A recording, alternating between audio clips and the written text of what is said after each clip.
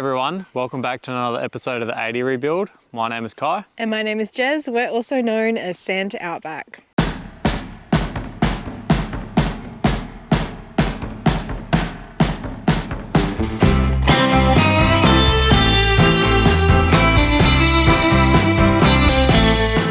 In this episode, we continue on with the FTE engine build. This engine build will be broken up into 3 parts. This is part number 2. So sit back, relax, and enjoy the episode. Oh, we've literally filmed this 4 times now. Settle down. You go. Oh, I feel like you should give her a name. Maybe you should call her Sutton.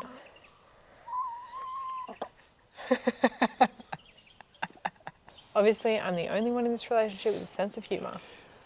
Did you just try and lie to me on camera? No, I didn't. Yes, you did. Back in the shed for part 2 of the engine rebuild. There's a fair bit going on in this episode, so we'll get straight into it. First up, we are assembling the oil cooler onto the housing. Both of them we purchased new. If you remember the fiasco when we stripped back the engine, the block was corroded, and with that, the oil cooler housing had corrosion on it as well. Yeah, we decided to buy new because the old one did have a fair bit of corrosion on it. It might have been all right, but for the convenience of it not breaking down when we're on the road, we thought we'd just get a new one. I think all up for the oil cooler and the housing, it was roughly about $650 with gaskets. So not too bad. That reassurance later on that it's not going to fail is worth it for us. Yep, and we've already made so many unexpected purchases, so why not just add another one in? It's fine. Now we can install the oil cooler and housing onto the block. It's just mounted with a few bolts and studs, so quite simple, easy.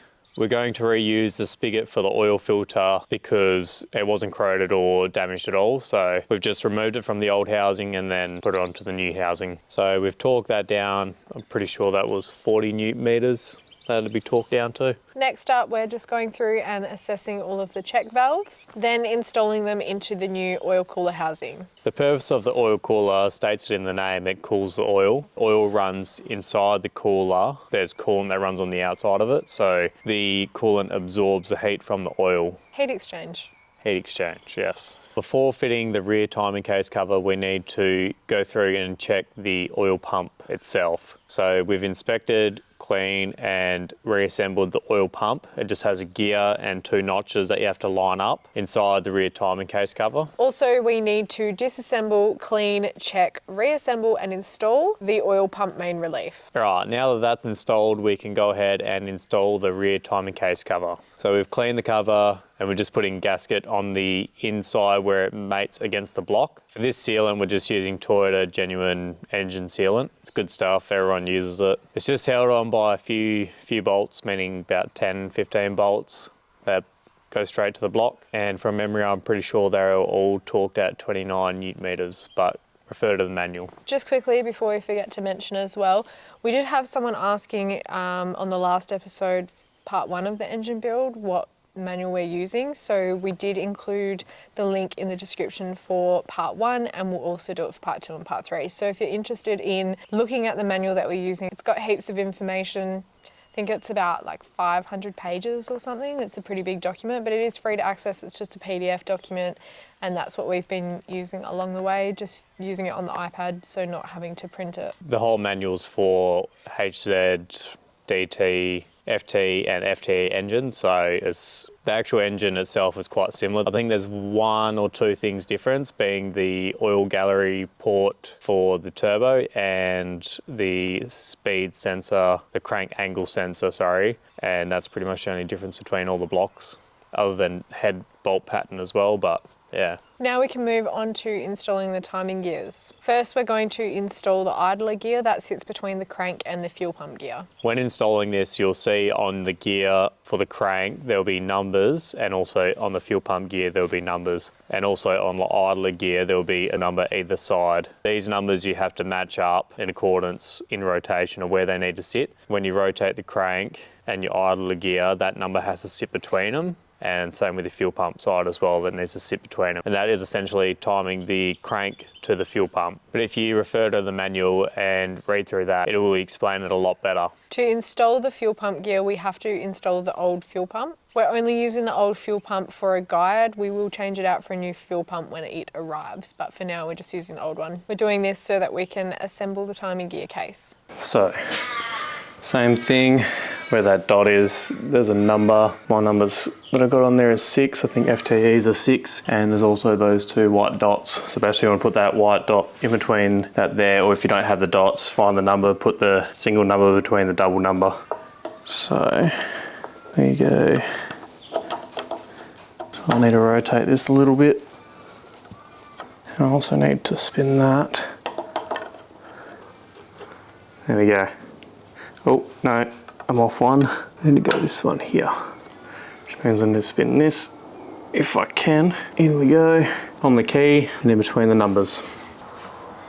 We need to install the drive gear for the oil pump. It just slips straight onto the crank and is keyed to the crank. Now that that's all on, we can go ahead and put the front timing case on. Before doing this, we need to replace the lip seals for the crank and the fuel pump gear. Just a quick discussion on the front timing case cover. We're going to knock the seal for the fuel pump in slightly a bit more because where it was running before, there wasn't a lip that you could actually physically feel, but it looked a bit rough where it was. So I've just knocked it in slightly more so that it runs in a new spot. It wasn't leaking previously at all, so it's not to say that it needed to be done, but that's what we've done in this case, is just knocked it in a slight bit more. Now with all of that done, we can go ahead and install the harmonic balancer. This is just locked to the crank with a keyway. We're not going to torque the bolt up because it's too hard to do with the outside of the car, so I'm just going to rattle it up with a 3/4 Milwaukee rattle gun at the moment. All right, so I figured out where the O-ring goes. It sits inside the harmonic balancer.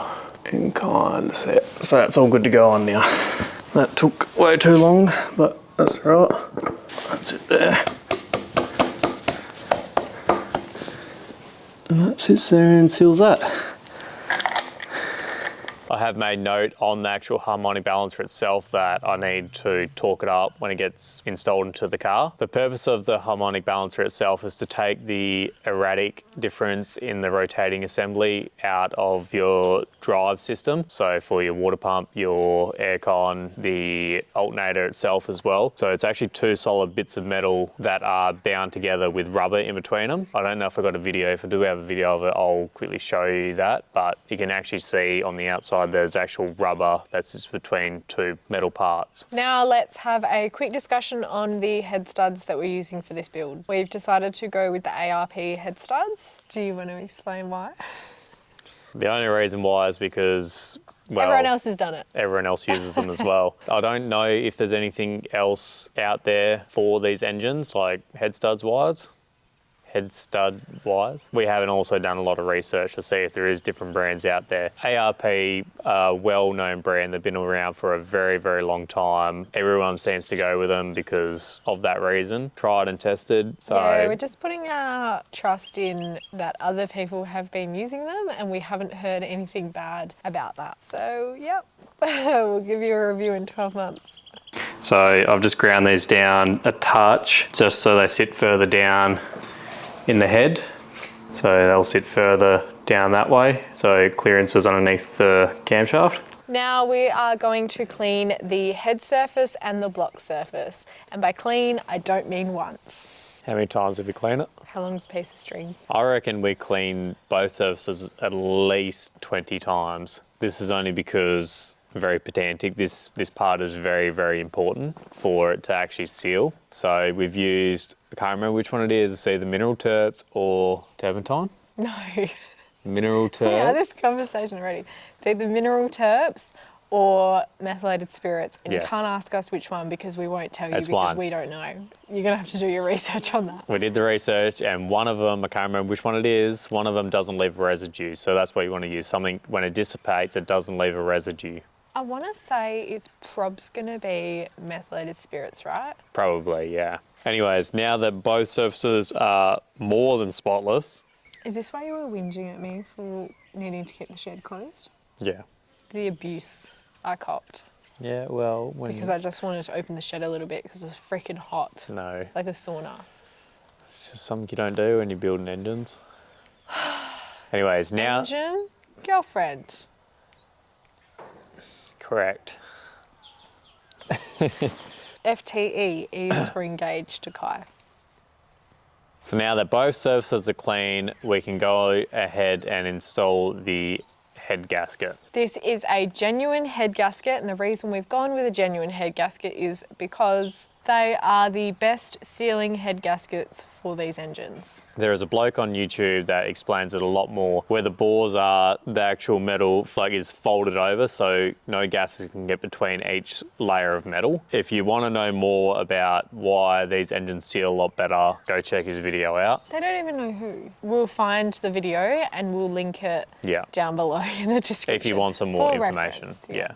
I love how you're sending everyone on a bloody goose chase. But the design of the head gasket and the head itself, the way it bolts around each cylinder, it actually has 6 bolts around each cylinder and clamps in a circular shape. The potential for any gases to get out or actually lift the head is very, very, very minimal compared to other engines. That's why they are a preferred head gasket. Now it's time to install the head. Oh God. Just a safety note that we need to drop in here. This is a 2-person job. Don't be an idiot like Kye and do it 1 person. Get someone to help you. They're heavy. Yeah, they're definitely a very heavy head. I think without the valve tray, they weigh 50 kilos alone. So lifting it yourself is not a good idea. However, I did it this way. And if you do lift it yourself, you have the risk of scratching it and worse, dropping it.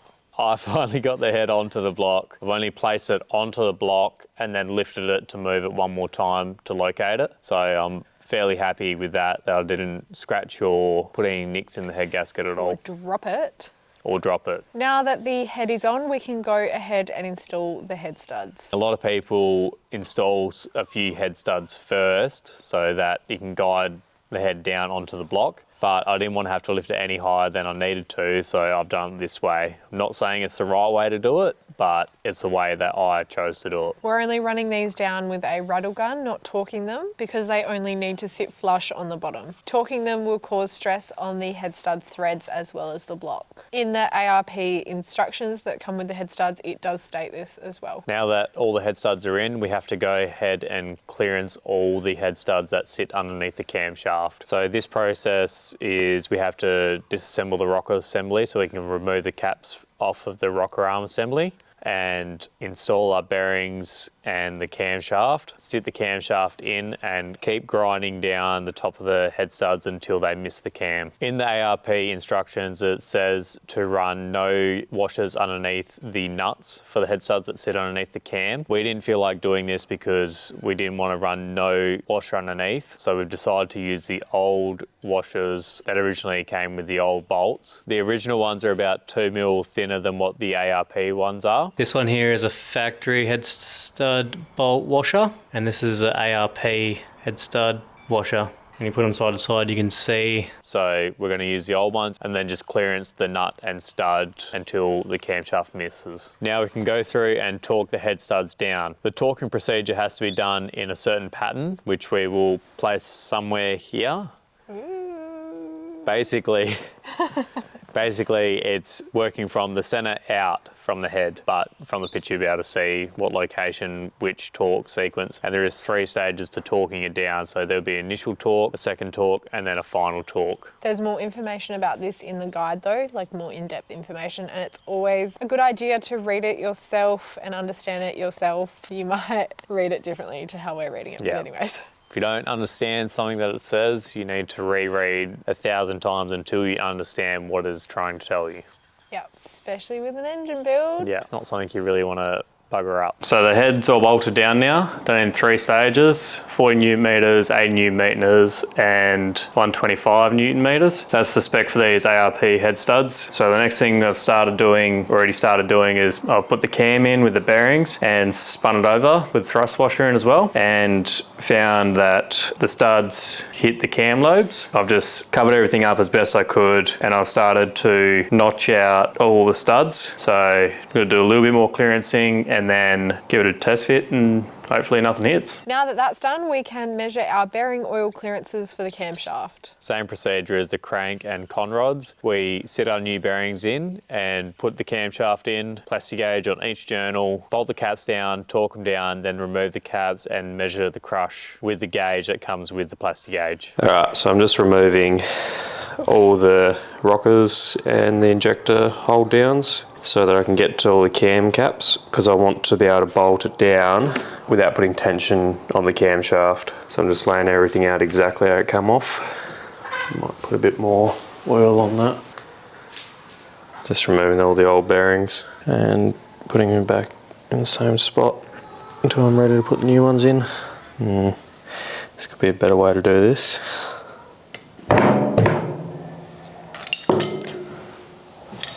So I'm just installing all the bearings into the caps. Just put them just under the edge on that side and push them down into there. They keep getting stuck a little bit, so I just use the backside of a screwdriver so it doesn't damage it.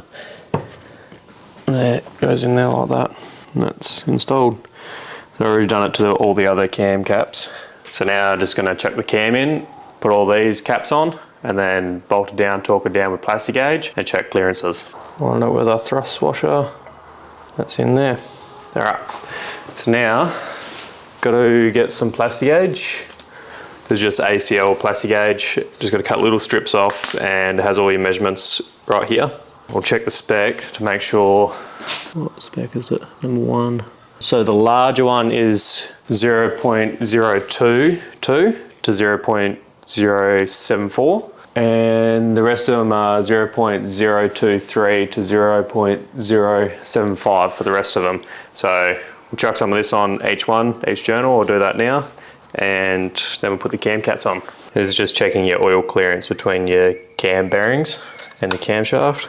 They look like little pins, they're tiny. It's just a thin, real thin strip of plastic basically. Certain type of plastic. I mean, engines are just, as long as you've got a manual, I'm still using a manual and I'm a mechanic, but that's because I've never had one of these apart before. And I have no idea what I'm looking at. I'm just gonna quickly clean up all the camshaft bolts, cap bolts, because they're not meant to be oiled, I don't think. I should check that. Probably. Yeah. Well, I'll get rid of all the old oil. Also, wear gloves because it is quite hazardous stuff. This is a formal disclaimer that although Kye is a professional, he's not a very smart one. So you should be wearing your PPE. You should be. Okay, it doesn't say anything about them being oiled. 1, 2, and that's what I need to follow, 25 Newton meters. All right, get all these in. Let's get all those started.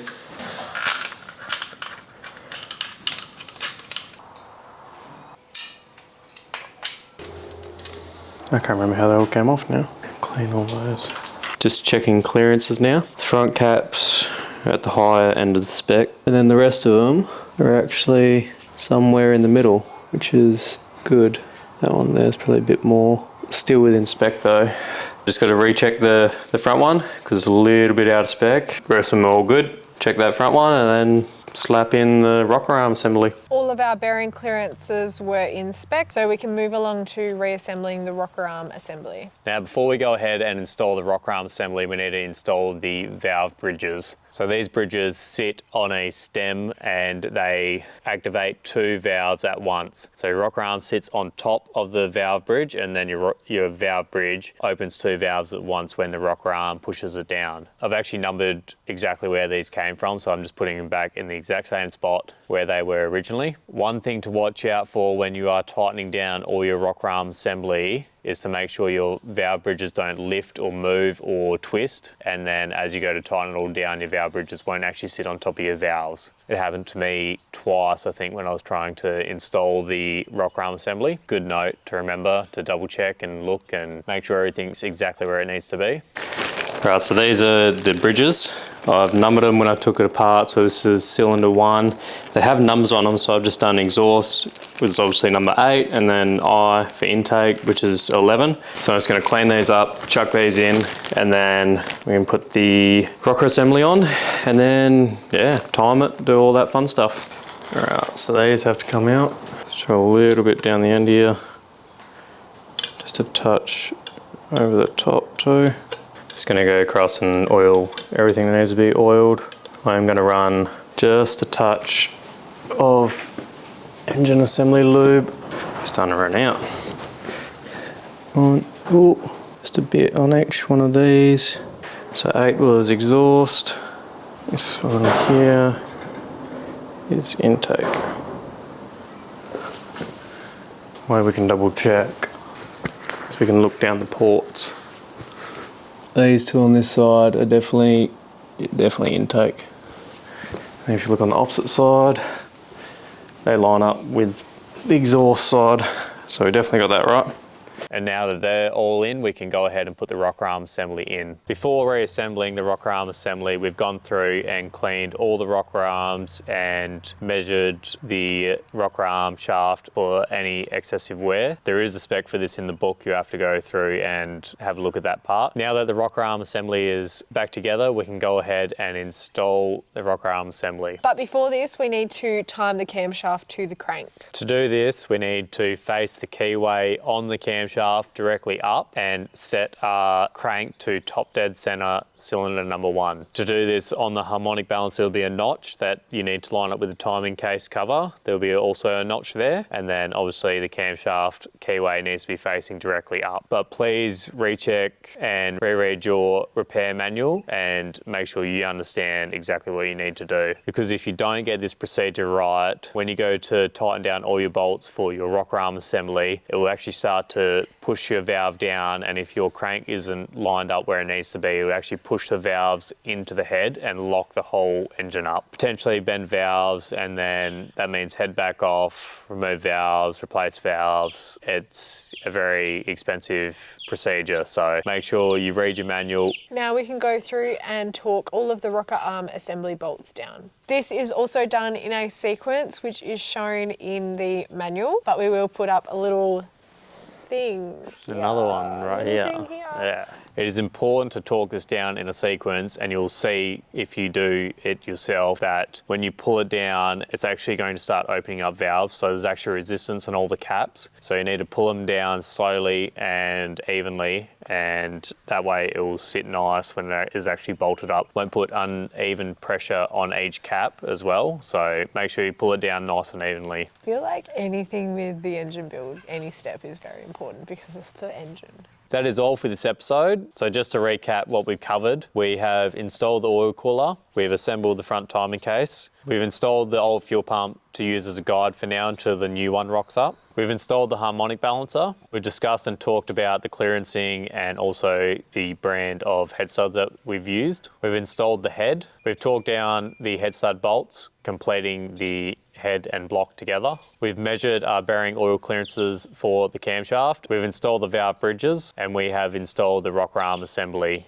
Things that you can expect to see in part 3 of the engine build are installing the new fuel pump, installing new injectors, installing the intake, installing the injector lines, and also installing the front accessory drive components. As always, if you have any questions or you'd like to know a little bit more information about what we're doing with this rebuild, feel free to reach out to us directly over on Instagram, or you can comment down below. All of our social media links are linked down below. If you would like to stay in the loop with when new episodes are coming out, make sure to hit that subscribe button. We're going to try our absolute best to get a new episode out every week. And if you are new here, this whole rebuild series is going to be approximately about 36 to 37 episodes. So we have got plenty more to share. No, not even a quarter at the moment. Not even a quarter of the way through. But that is it for this episode, so we'll catch you on the next one. See ya.